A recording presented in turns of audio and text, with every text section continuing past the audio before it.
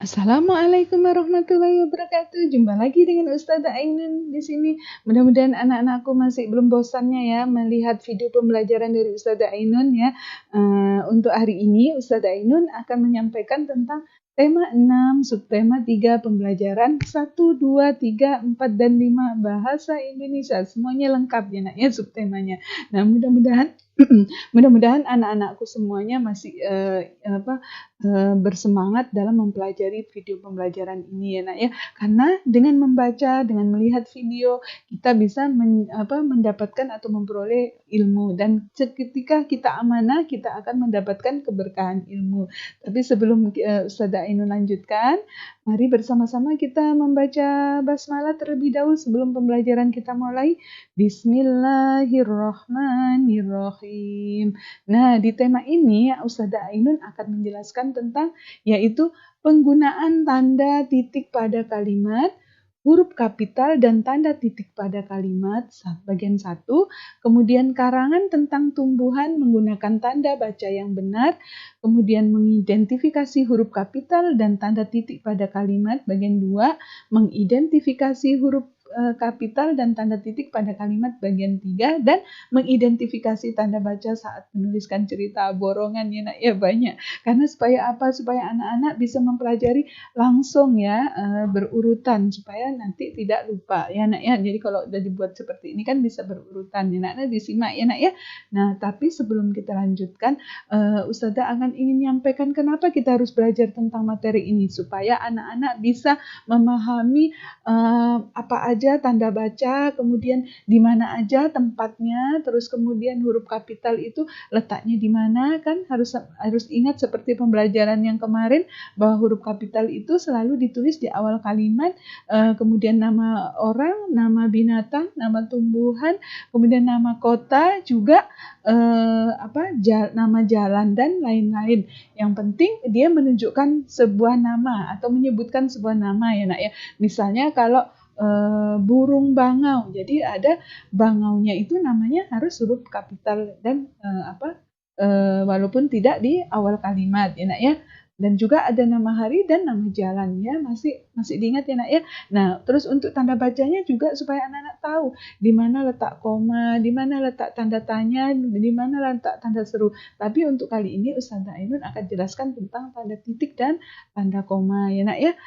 Mudah-mudahan anak-anak bisa mulai semangat lagi menyimaknya ya. Nah, selanjutnya Ustazah Ainun akan sampaikan satu firman terlebih dahulu seperti biasa ya nak ya.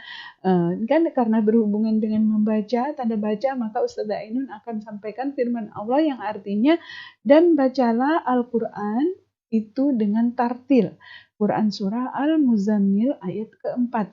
Maksudnya di sini adalah dengan tartil, yaitu dengan bacaan sesuai tajwidnya ya nak ya, dan itu akan membuat indah kedengaran bacaannya karena sesuai dengan tartil atau tajwidnya yang benar ya, dari panjang pendeknya ya, terus kemudian makhraj bacaannya ya nak ya, seperti itu.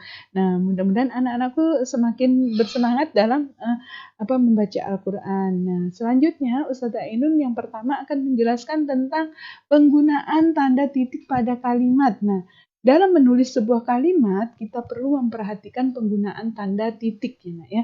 Dan tanda titik merupakan tanda akhir dari suatu kalimat. Jadi kalau sudah ketemu titik berarti kalimat itu sudah satu kalimat ya. Jadi tidak diteruskan lagi, sudah berhenti di situ.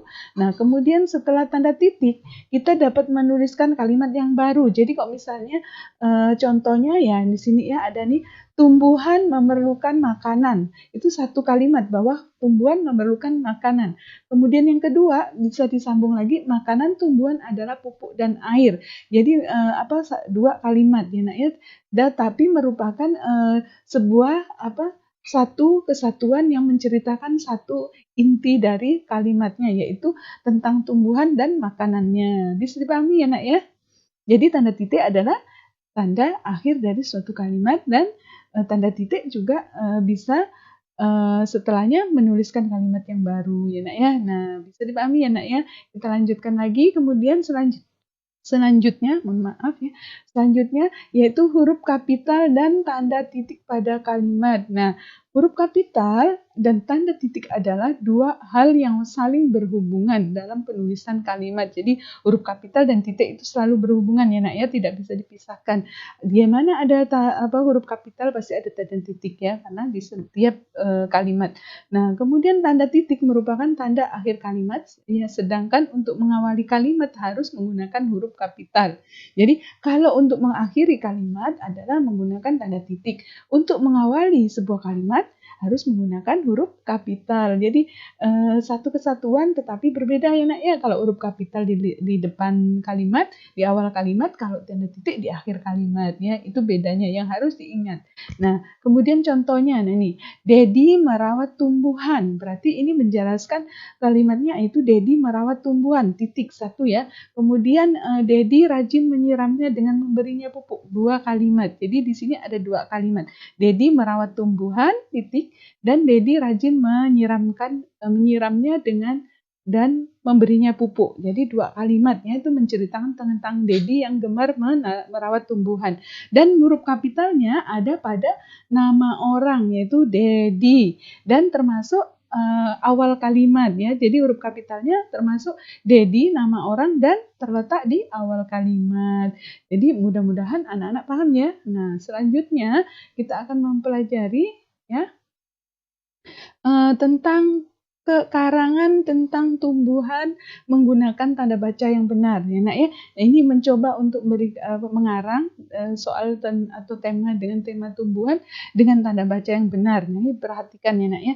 Nah, tanda titik berfungsi untuk memisahkan 2 kalimat. Jadi ya tadi kan di akhir kalimat tanda titiknya dan bisa memulai kalimat yang baru. Kemudian tanda titik juga digunakan dalam membuat karangan tentang tumbuhan. Jadi mau karangannya tentang tumbuhan, tentang hewan, atau menulis apapun itu juga memerlukan tanda titik ya untuk mengakhiri sebuah kalimat. Nah, kemudian membuat karangan tentang tumbuhan, kita harus mengetahui ciri-ciri tumbuhan yang ingin diceritakan. Jadi kita dapat menjelaskan bentuk bunganya, warna bunga, bentuk daun, dan ciri khas lainnya seperti duri dan corak tertentu. Nah, itu termasuk rangkaian dari cerita yang ingin kita buat mengenai tumbuhan ya nak ya. Bisa dipahami ya nak ya sekarang ya. Ya, mudah-mudahan dipahami ya nak ya. Harus dipahami ya nak. Nah, boleh dilanjutkan ya nak ya. Nah, kita lanjutkan lagi. Selanjutnya ini Ustazah Ainun akan memberikan contoh. Nah, ini perhatikan contoh berikut ini. Kebetulan Ustazah Ainun ingin menceritakan tentang bunga apa yuk yang tahu nih semuanya. Pasti tahu ya ini bunga apa ya? Bunga mawar, benar ya bunga mawar. Nah, ini ada kisah ceritanya. Aku suka menanam bunga, 1 kalimat titik. Kemudian bunga yang banyak aku tanam adalah bunga mawar. 1 kalimat tetapi dengan belum berhenti kalimatnya ya, yaitu dengan tanda koma ya nak ya. Berarti kalau tanda titik berhenti, berarti kalau tanda koma itu masih berlanjut, ada kelanjutan kalimatnya. Karena aku sangat menyukai bunga mawar ya nak ya. Nah, bunga mawar dengan beraneka warna. Jadi ada 2 kalimat, yaitu bunga yang banyak aku tanam adalah bunga mawar, dan karena aku sangat menyukai bunga mawar dengan beraneka warna. Jadi 2 kalimat ya nak. Dan itu dipisahkan dengan tanda koma ya nak ya. Nah, kalau tanda titik berarti udah berhenti, kalau tanda koma boleh disambung kalimatnya ya nak ya. Nah, terus kemudian salah satu warna favoritku adalah pink putih. Nah, seperti lihat dia menceritakan tentang bunga mawar yang coraknya itu warna pink putih. Kemudian meskipun berduri dan menceritakan tentang durinya ya, terus tapi tidak mengurangi penggemarnya, bahwa dia menceritakan kalau bunga mawar itu sangat disukai banyak orang ya nak ya. Nah, kemudian daunnya yang hijau ya, daunnya yang hijau semuanya tahu menambah kesegaran mata memandangnya. Jadi setiap orang yang melihat bunga mawar ya, walaupun berduri, walaupun menyakitin ya kalau kena durinya, tapi semua orang senang karena warna dan corak bunganya itu warna-warni ya, banyak, ada yang merah polos, putih polos, tapi ada juga yang bercorak seperti ini ya, merah pink, putih pink ya nak ya, maaf, putih pink ya, ada juga yang ungu ya, ada yang biru juga ya, dan juga memiliki daun yang sangat lebat dan hijau. Itu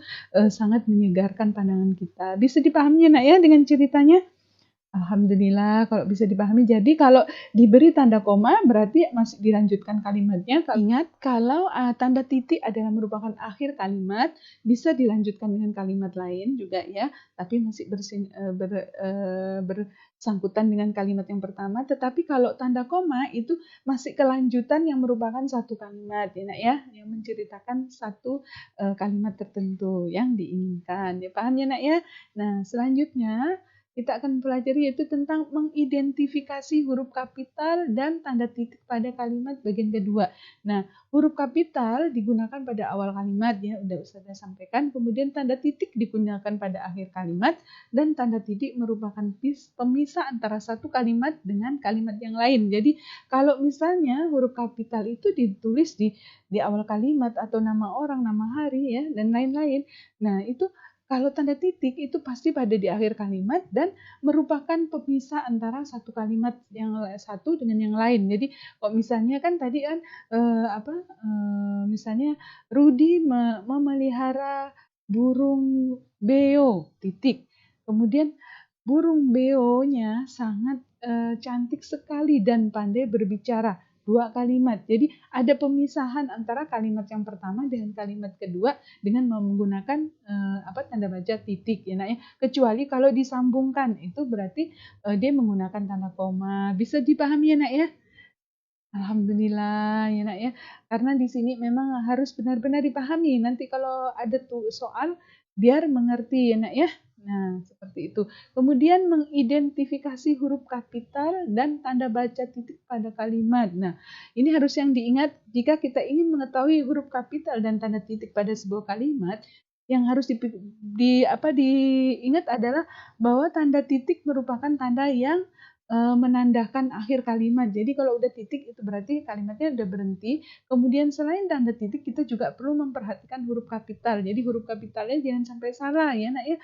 Biasa di awal kalimat dengan nama orang atau itu kalau tidak teliti bisa saja salah penempatannya ya Nak ya. Nah, kemudian huruf kapital digunakan pada awal kalimat, nama orang, nama hari dan nama bulan. Nah, itu harus sesuai ya Nak ya, harus sama ya Nak ya. Jangan sampai nanti pas nama harinya lupa ya, tidak tidak pakai huruf kapital, kemudian di awal kalimat tidak pakai huruf kapital, di akhir malah justru pakai huruf kapital. Nah, itu yang salah. Jadi harus betul-betul diperhatikan ya Nak ya penempatannya dan pemakaian huruf kapital ataupun hal-hal yang lain dalam tanda bacanya juga ya Nak ya. Sampai di sini masih masih semangat ya. Alhamdulillah kita akan belajar banyak tentang tanda baca ini ya Nak ya. Nah, selanjutnya Ustazah akan lanjutkan yaitu tentang contoh ya nih, ini contoh teksnya ya Nak ya. Ustazah sengaja kasih warna-warni supaya anak-anak bisa jelas ya Nak ya. Nah, Dinda mempunyai pohon rambutan di belakang rumah. Selain itu, pohon rambutan Dinda besar, tinggi, dan rimbun. Pada rambutan Dinda sering berbuah lebat. Dinda memetik buahnya pada bulan Juni. Setelah dipetik, Dinda selalu membagikan buahnya pada tetangga rumahnya. Nah, catatan yang warna merah itu biru itu harusnya huruf kapital ya Nak ya, karena dia menyebutkan nama orang, harusnya dia huruf besar, huruf kapital ya. Jadi nama Dinda dan rumah juga rimbun harus dengan menggunakan huruf kapital ya. Terus kemudian yang warna ungu itu seharusnya diberi tanda titik ya nih. Di sini ya yang warna ungu nih harusnya titik. Jadi Dinda mempunyai pohon rambutan di belakang rumah. Itu harusnya titik ya Nak ya. Dan kita itu ya diingatkan ya di sini harusnya tanda titik. Kemudian di awal nama Dinda karena nama orang di awal kalimat harus pakai huruf kapital. Kemudian Dinda yang di tengah-tengah ini juga harus pakai huruf kapital karena dia masih menyebutkan nama orang. Dan kemudian dan rimbun. Rimbun ini juga menjelaskan ya Kak ya seperti itu ya. Itu harusnya diberikan tanda titik ya Nak karena dia satu kesatuan. Selain itu pohon rambutan Dinda besar tinggi dan rimbun titik ya Nak ya. Harusnya titik. Kemudian pohon rambutan Dinda sering berbuah lebat. Dan sudah benar titik. Kemudian Dinda memetik buahnya pada bulan Juni. Nah, ini termasuk salah ya. Juni harusnya pakai huruf kapital ya Nak ya. Nah, setelah dipetik Dinda, nah ini juga harus Dindanya pakai huruf kapital ya. selalu membagikan buahnya pada tetangga rumahnya. Nah, jadi kita harus hati-hati dalam menentukan mana yang harus huruf kapital, mana yang tidak, kemudian mana yang harus dikasih titik ataupun tidak. Sampai di sini mengerti ya nak ya? Alhamdulillah. Kalau mengerti ya nak. Terus kemudian selanjutnya yaitu mengidentifikasi tanda baca saat menulis sebuah cerita. Nah, tanda baca di dalam sebuah cerita itu sangat penting ya nak ya. Karena banyak sekali tanda baca yang akan dipakai di dalam kita menuliskan sebuah cerita. Nah, itu yang perlu diingat adalah sebuah cerita terdiri atas banyak kalimat. Jadi kalau namanya cerita itu banyak ya kalimatnya. Dan menulis kalimat-kalimatnya harus saling berkaitan.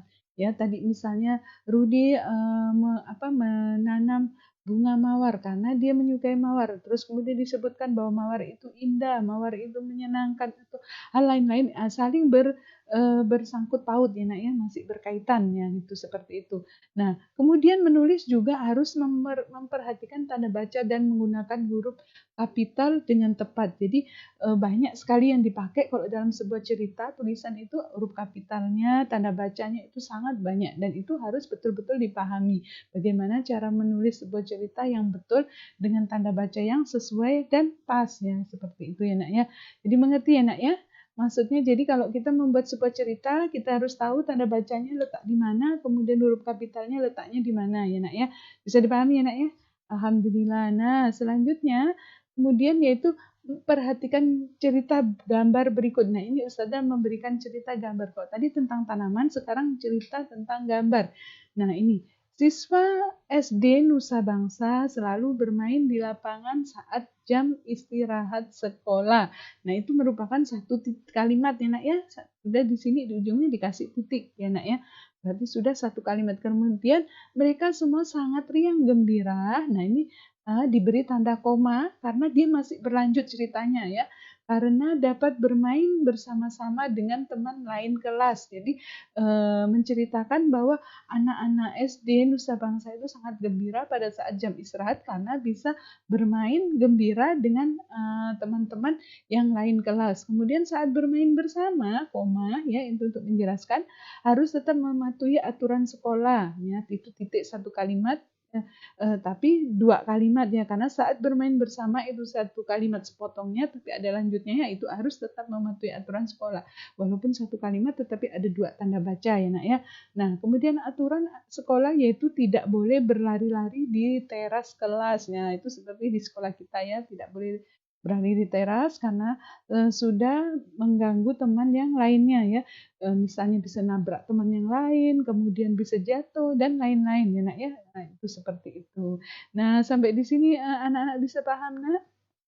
Masih ini ada yang bingung?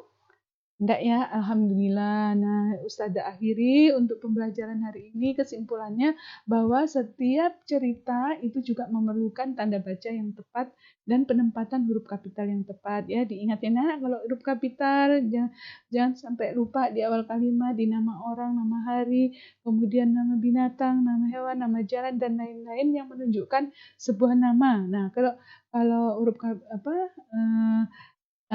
tanda baca. Jadi kalau misalnya ada tanda koma berarti masih satu kalimatnya lanjutan kalimatnya masih bisa. Kalau tanda titik berarti tidak bisa lagi karena sudah merupakan satu kalimat dan bisa dilanjutkan dengan kalimat baru yang masih bersangkutan ya nak ya seperti dengan kalimat yang tadinya. Mudah-mudahan bermanfaat kita pembelajaran untuk hari ini ya. Kita akhiri pembelajaran kita dengan mengucapkan hamdalah alhamdulillahirabbil alamin. Doa penutup majelis subhanakallahumma wa bihamdika asyhadu an la ilaha illa anta astaghfiruka wa atubu ilaik. Mohon maaf sebelumnya Ustazah Ainun suaranya agak serak ya nak ya karena kan tadi kita small group juga sekalian Zoom ya nak ya.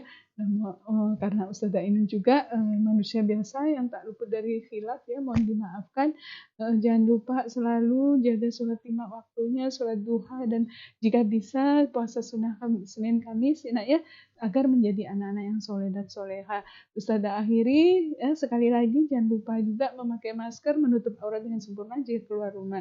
Ustazah akhiri wabillahi taufiq wal hidayah. Wassalamualaikum warahmatullahi wabarakatuh.